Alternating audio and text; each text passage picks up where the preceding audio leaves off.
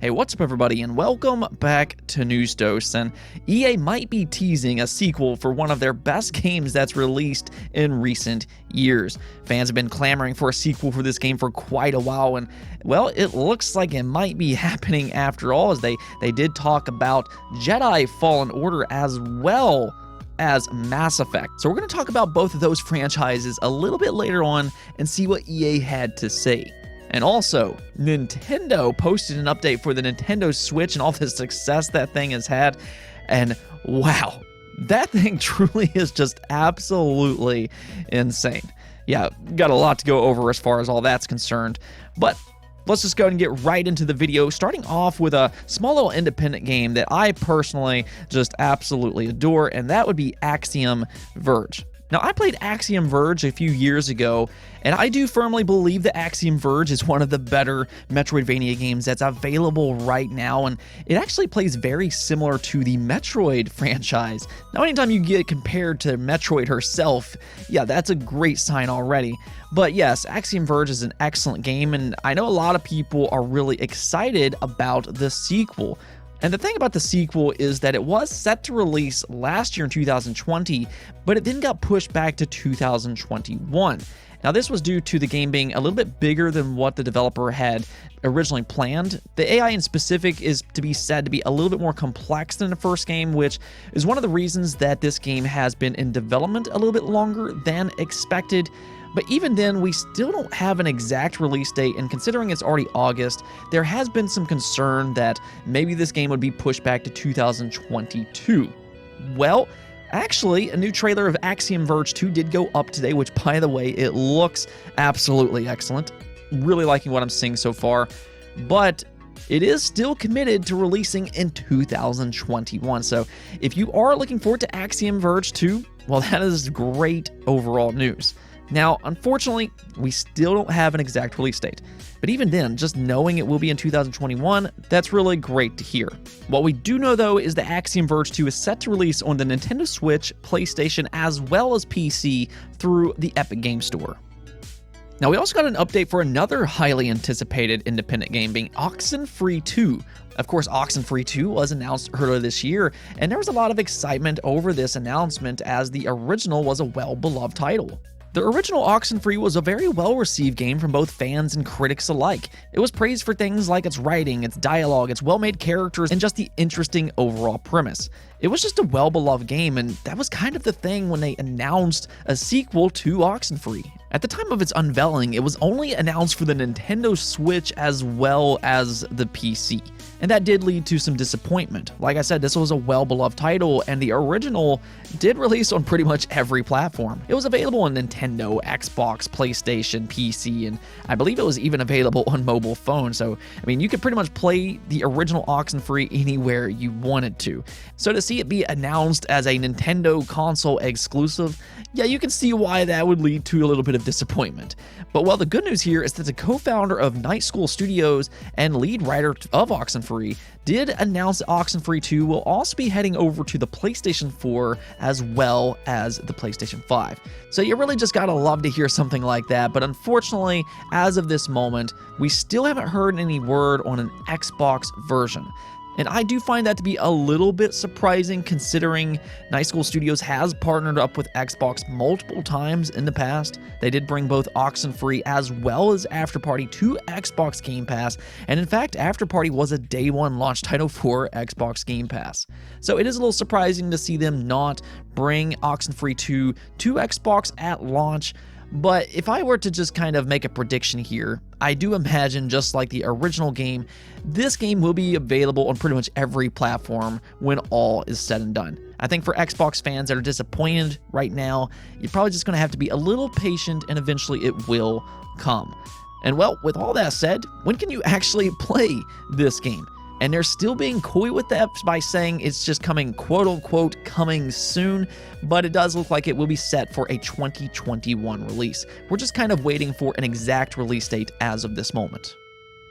Moving on, though, we need to talk about EA, because on a quarterly earnings report, they talked about a couple of their big franchises that I think fans really need to be paying close attention to.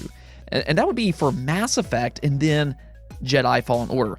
Now, we'll get into all that Jedi Fallen Order stuff here in just a second, which I know a lot of you all are going to be really happy about. But for you Mass Effect fans out there, which I know there's a lot of you, we also got great news for the Mass Effect franchise. EA did confirm that Mass Effect Legendary Edition exceeded expectations. And that's very welcome, as last generation was a little rough for Mass Effect fans. Now, of course, EA did release Mass Effect Andromeda last generation, though it didn't exactly meet expectations. I mean, that original Mass Effect trilogy is probably one of the best trilogies, in my honest opinion, made in video game history. I mean, it really is that good. And there's just a lot of fans that love this franchise that played it back on the Xbox 360 and PlayStation 3. And there was this hope that BioWare and EA could kind of continue this franchise into the new generation of consoles, being the Xbox One, PlayStation 4, and that didn't exactly go over too well. Andromeda was a bit of a letdown. But they did announce Mass Effect 4, and there's some excitement for that game now. We're hoping that BioWare can get back to form and make that a great title. But it's now been 9 years since Mass Effect 3 launched. Yeah, it's kind of hard to believe, but that's how long it's been since Mass Effect 3 launched. And by the time Mass Effect 4 comes out, it will have been more than a decade since Mass Effect 3. So without a doubt, EA needed to kind of reintroduce fans to the Mass Effect franchise before Mass Effect 4 releases. I mean, this will be one of EA's biggest releases for this generation of consoles, so they definitely need to reintroduce people to the Mass Effect franchise, and that's where the Mass Effect Legendary Edition comes in. This is a re-release of the original 3 games on modern hardware, and it was just so cool to see on social media. I mean, people just were absorbed into this franchise all over again. It seemed very well received from not only fans that played it when it originally released, but you're getting all these newcomers to the Mass Effect franchise as well, and you're just seeing why this is such a great overall franchise. So that was really cool to see, but it's even better hearing from EA directly that the Mass Effect Legendary Edition exceeded their expectations. And that is exactly what you want to hear before that Mass Effect 4 release. So just a great overall look for the Mass Effect franchise. Now, as for Jedi Fallen Order, this game released a couple years ago on the Xbox One and PlayStation 4, and immediately, this game drew in a lot of fans. Obviously, the Star Wars franchise is very popular, and the thing about Jedi Fallen Order is that it's very possibly one of the best Star Wars games ever made. It debatably might be the absolute best, but it goes beyond just the Star Wars IP. Really, Jedi Fallen Order is just flat out a good game. You don't even have to like Star Wars to enjoy this game. It's just a really good game. And really, anytime you have a game that's that good, you're always going to have a lot of people asking for a sequel, and Jedi Fallen Order it's no different. I see fans constantly asking for a Jedi Fallen Order sequel. But that's kind of the thing, because this game was developed by Respawn Entertainment. And Respawn Entertainment is a very busy studio. Not only are they doing ongoing development with Apex Legends, but they're also apparently working on a brand new IP, so they're already working on 2 games. And whenever they first announced that, I saw a lot of deflation from fans in the comments wanting a Jedi Fallen Order sequel, or even really Titanfall 3. But you all might want to go ahead and reinflate yourselves, because I actually have some very good news for fans wanting that Jedi Fallen Order sequel.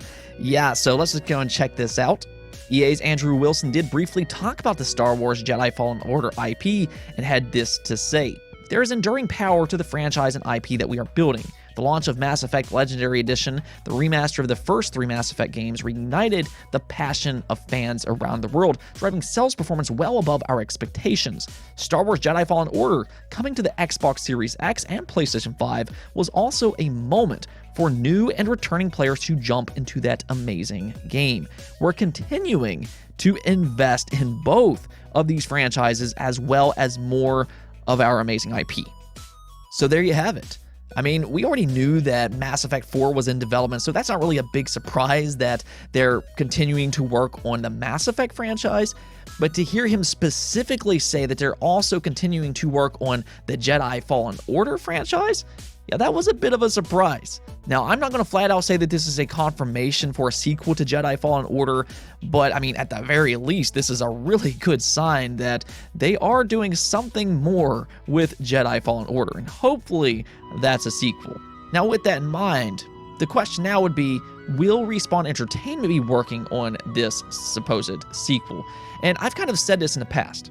Respawn Entertainment has multiple teams, so they can do something beyond this new IP that they're working on, which right now sounds like it's a little bit smaller, and then they also have Apex Legends. We've seen them work on multiple games in the past at the same time, so yeah, I would say this is more than likely being handled by Respawn Entertainment if there is indeed a sequel. Again, at the very least, it sounds like that might actually be happening. Let's go ahead and talk about Nintendo for a moment, though, as they did post a big update for the Switch sales numbers, and this is just absolutely insanity by this point. So, the Nintendo Switch has now sold 89.04 million units worldwide, which is very impressive for just its 4th year.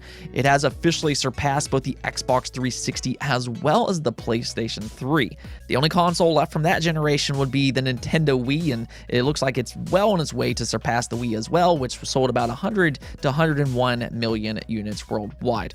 But I think with the Switch in specific, it's not just the hardware being sold that's just so impressive, but it's the software.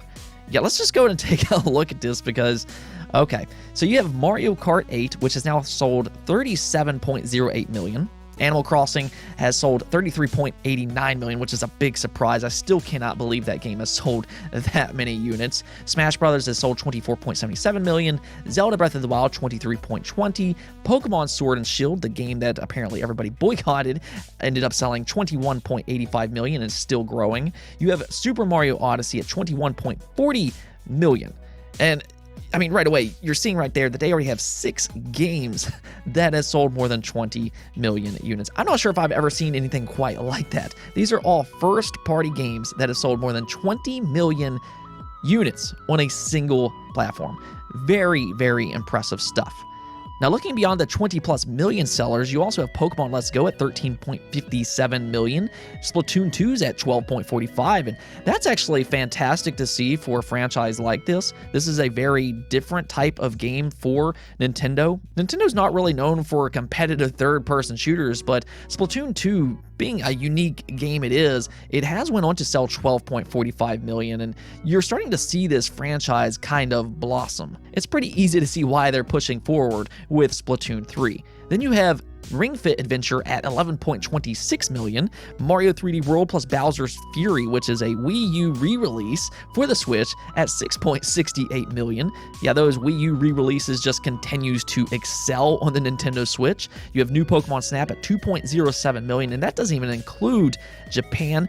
I mean, this right here is a game that I was absolutely thrilled about because I've been wanting a Pokemon Snap sequel for years and years, and really a lot of the community was that way. And well, guess what, Nintendo? You finally listened and you were rewarded for it. So that's really awesome to see. Mario Golf Super Rush has already reached 1.34 million. And then I was kind of surprised by this next one, but Miitopia is at 1.03 million. For a game that I've seen like zero hype for, I'm a little surprised to see it break 1 million units as quick as it has. Regardless, I mean, when you look at these numbers, I mean, it really is just absolutely insane on what the Nintendo Switch is doing. And what's really crazy about this is I don't expect the Nintendo Switch to slow down at all. I did post a poll about this not long ago, but I asked you all if you think the Nintendo Switch will sell 155 million units worldwide, and you all did vote for yes. That would make the Nintendo Switch the best-selling console of all time. So that would be quite an accomplishment to reach, but I do think it's very possible that the Switch will reach that number. And that means that these games are going to continue to sell, as Nintendo first-party games usually do have a really good attachment rate. We're absolutely going to see Mario Kart 8 eventually surpass 40 million units. But I think what really excites me more than anything is that some of these more obscure franchises can actually get more recognition. I mean, we have Metroid Dread coming out here later this year, and with the success that you're seeing a lot of these first-party games have, it's really exciting to think that Metroid is finally going to get the recognition that it deserves. I do absolutely believe Metroid Dread will be the best-selling Metroid game of all time, at least until Metroid Prime 4 releases. And I will be really interested to see how well Metroid Prime 4 sells, especially with all the anticipation that surrounds that game. And it goes beyond that because I would like to see Nintendo try to bring back some more of these obscure franchises as well. We are seeing Nintendo release games like WarioWare and Advance Wars this year for the Nintendo Switch, and I hope they don't stop there. I would like to see them bring back some other franchises as well. You know, the Earthbound and Mother franchise is one that I know a lot of fans would really like to see. Maybe do something with the Star Fox IP. Kid Icarus is one that I absolutely love, and I mean, they just have so many of these old beloved IP, and really when you look at the Switch software and how well these games sell, I mean, this is the perfect time to release games just like that. Either way, big congrats to Nintendo on all the success with the Nintendo Switch. It is just such a rebound seeing Nintendo have all this success with the Switch after, well, kind of the abysmal failure that we saw with the Nintendo Wii U. And with that, let's go and take a look at the poll of the day, and I started to notice that EA is bringing back several of these really beloved franchises. So I thought I'd go ahead and ask you all, which big EA franchise that is set to return this generation are you most excited about? And this one actually kind of surprised me, but 43% of you did vote for Dead Space as your #1 choice, while Mass Effect, which is the more popular franchise, actually took second place with 25%. So that did kind of surprise me, but I actually do agree with you all here, and the reason I say that is because, and this is something that I saw mentioned in the comments, BioWare is a very different studio now than the team that worked on the original Mass Effect trilogy. So I think with Mass Effect 4, there's a lot of excitement, but there's also a lot of hope, and that is the key word here. There's a lot of hope that Mass Effect 4 will be as high quality as the original trilogy. I mean, I'm really crossing my fingers that that will be the case, but with their most recent releases such as Anthem and then Mass Effect Andromeda, there's also that concern about Mass Effect 4. And then on the other side of things, you have the Dead Space remake, which is a proven high-quality game. The original Dead Space is one of the best horror games ever made, hands down, and to see it get that Resident Evil remake treatment, yeah, that's incredibly exciting. So I do agree with you all here, and I think even more so with Dead Space, I'm excited that more people are going to get a chance to try this game out. I think this time it's going to sell a lot more than the original release. So I'm really happy about that as well, because if Dead Space does sell really well, we can start to see EA do more with this franchise going forward. Now, either way, I will say that I'm excited for really both Mass Effect as well as Dead Space. But yeah, I do agree with you all on this one. Yeah, I'm going to have to go with Dead Space. Anyways, though, that's it for this episode. But if you liked the video, don't forget the bell notification and subscribe button for more content just like this. Also, if you'd like to support the channel through Patreon, thank you for making this content possible. Peace out.